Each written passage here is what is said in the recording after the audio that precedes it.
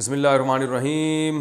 قرض لینا کب جائز ہے؟ محمد عرفان کشمیر سے۔ قرض کس صورت میں لینا چاہیے اور قرض ادا کرنے کی کیا وعیدیں، قرض ادا نہ کرنے کی کیا وعیدیں ہیں؟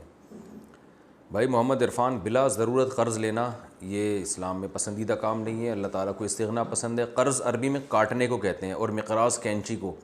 تو قرض کو قرض اس لیے کہتے ہیں کہ محبت کو کاٹتا ہے۔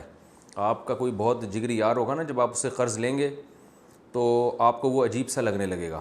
جب تک قرض نہیں لیا تھا آپ کو اس سے امید تھی کہ یہاں سے مجھے پیسے ملیں گے، تو آپ کو دنیا میں اس سے اچھا کوئی بھی نہیں لگے گا۔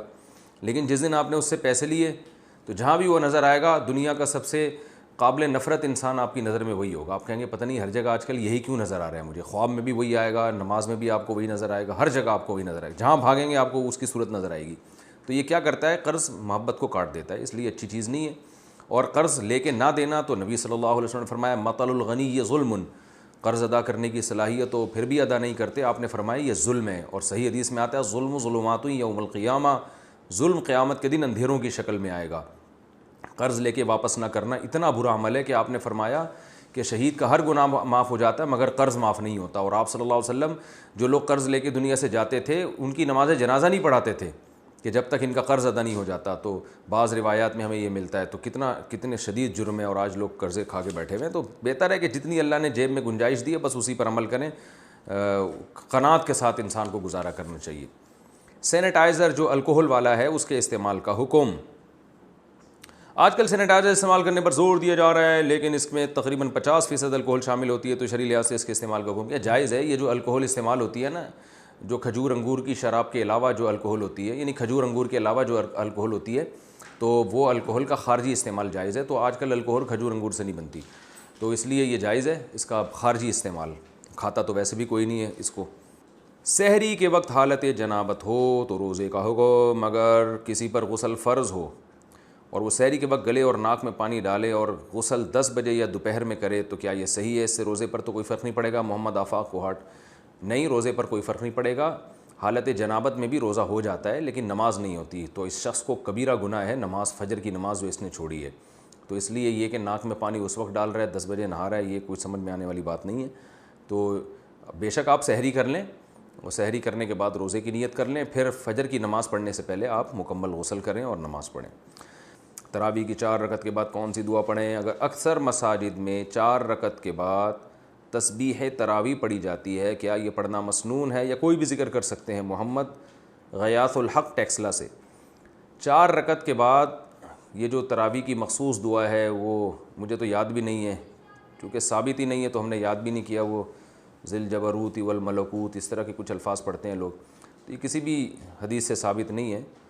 تو کوئی بھی ذکر کیا جا سکتا ہے، چپ بھی بیٹھا جا سکتا ہے۔ اسلاف سے یہ بات ثابت ہے کہ وہ 4 رکعتوں کے بعد تھوڑا آرام کیا کرتے تھے، وقفہ کیا کرتے تھے، اس وقفے میں آپ کچھ بھی کر سکتے ہیں۔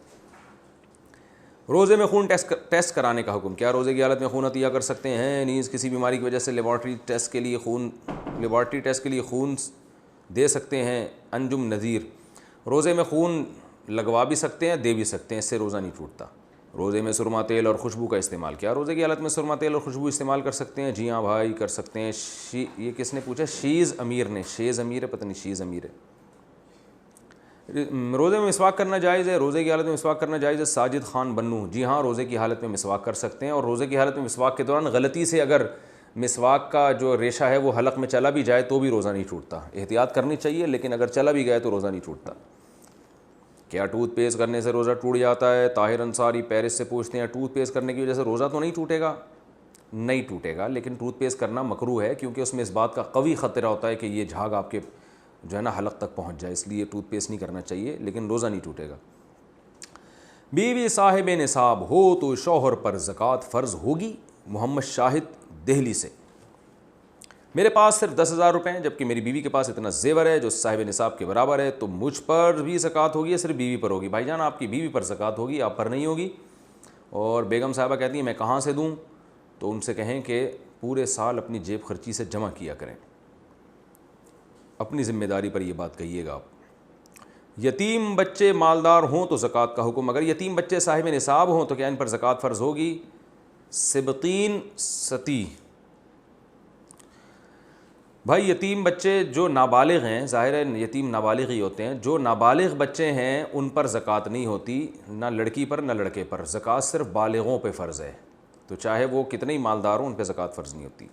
سیدہ لڑکی نے غیر سید سے شادی کر لی، سدرا ساہیوال، کیا سیدہ لڑکی کا نکاح ولی کی اجازت کے بغیر غیر سید سے جائز ہے یا نہیں؟ اگر ایسی صورت میں ولی نکاح قبول کرنے سے انکار کر دے تو کیا حکم ہے؟ حدیث میں آتا ہے کہ نکاح بغیر ولی کے نہیں ہوتا، اس پر جو دوسرے احادیث کے پیش نظر اس پر میں تفصیلی بیان کر چکا ہوں کہ احناف کے ہاں بغیر ولی کی اجازت کے بھی نکاح ہو جاتا ہے، اس پر دونوں طرف احادیث ہیں اور قرآنی آیات ہیں، تو احناف کا اس بارے میں مسلک بہت مضبوط ہے، قرآن سے بھی پتہ چلتا ہے اور بہت سی احادیث سے بھی کہ ولی کی اجازت کے بغیر بھی نکاح ہو جاتا ہے۔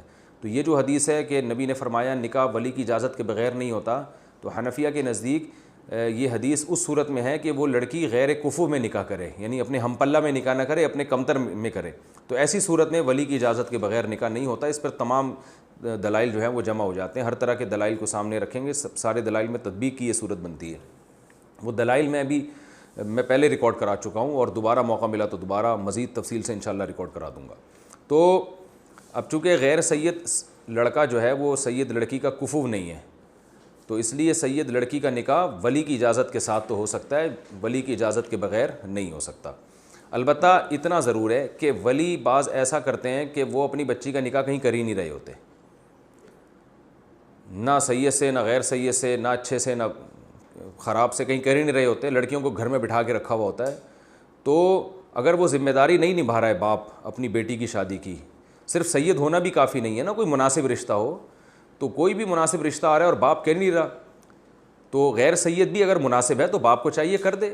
اسلام میں نکاح کے موقع پر ذات پات کو اور قوم کو اتنا زیادہ لفٹ کرانا یہ اچھی بات نہیں ہے۔ سب سے پہلے تو اسلام دینداری دیکھتا ہے، تو باپ کو چاہیے اگر دینداری ہے اور اچھا گھرانہ ہے تو سید نہ بھی ہے تو باپ کو چاہیے کہ شادی کر دے وہ۔ لیکن باپ کہیں بھی شادی نہیں کر رہا اور لڑکی کی عمر زیادہ ہو رہی ہے تو پھر باپ کی ولایت ساقط ہو جائے گی، اور پھر جو ہے بھائی کو، لڑکی بھائی کی اجازت سے کرے، اگر بھائی بھی ذمہ دار نہیں ہے تو پھر دادا بھی ذمہ دار نہیں ہے تو کزنز کی سے بھی پوچھ کے کر سکتی ہے، یعنی پھر دور کا کوئی بھی مرد رشتہ دار ہو اس سے پوچھ کے بھی کر سکتی ہے۔ تو ولی کی اجازت کی شرط اس وقت ہے جب ولی اپنی ذمہ داری نبھا بھی رہا ہو۔ اگر ولی دلچسپی نہیں لے رہا بچی کے نکاح میں، جیسے بعض علاقوں میں ہوتا ہے بچیاں 40 سال کی ہو جاتی ہیں، ابا کو کوئی بندہ ہی پسند نہیں آ رہا ہوتا یا وہ دلچسپی نہیں لے رہے ہوتے شادی میں، تو پھر ایسے ولی کی ولایت کا کوئی اعتبار نہیں ہے۔ تو اس لیے جو ہے اگر یہ غیر سید سے انہوں نے نکاح کیا ہے تو ابا راضی تھے تو بہرحال نکاح ہو گیا، نہیں راضی تھے تو پھر دیکھا جائے گا کہ راضی نہ ہونے کی کوئی معقول وجہ تھی، ابا دلچسپی بیٹی کی شادی میں لے بھی رہے ہیں نہیں لے رہے، اور اگر وہ ذمہ داری نہیں ہے تو پھر کسی بھی قریبی ولی کی اجازت سے نکاح ہو سکتا ہے۔ اور اگر یہ بھی نہ ہو تو پھر لڑکی کو چاہیے کہ لڑکے اور لڑکی کو چاہیے کہ وہ کورٹ سے پرمیشن لے لیں، اور جب عدالت سے وہ پرمیشن مل جائے گی تو پھر بالاتفاق نکاح ان کا ہو جائے گا۔ لیکن بہرحال لڑکیوں کو اپنے ابا کی اجازت کے بغیر نکاح کرنا یہ اخلاقی لحاظ سے بھی بری حرکت ہے اور شرعی لحاظ سے بھی بری حرکت ہے۔ شدید ضرورت کے بغیر لڑکیوں کو یہ کام ہرگز نہیں کرنا چاہیے، کیونکہ باپ جتنا اپنی بیٹی کے لیے اچھا سوچتا ہے کوئی دوسرا سوچ نہیں سکتا۔ اور اس کے ہمارے سامنے بہت سارے کیسز آئے ہیں جن لڑکیوں نے اپنے ابا کو بتائے بغیر، بھائیوں کو بتائے بغیر چھپ کے نکاح کیا، وہ بعد میں بہت لڑکے ان سے کھیلتے ہیں، پھر زندگیاں تباہ ہو جاتی ہیں۔ میرے سامنے بہت زیادہ واقعات ہیں، تو ایسی حماقت کرنی نہیں چاہیے جب تک کہ کوئی بہت شدید مجبوری نہ ہو۔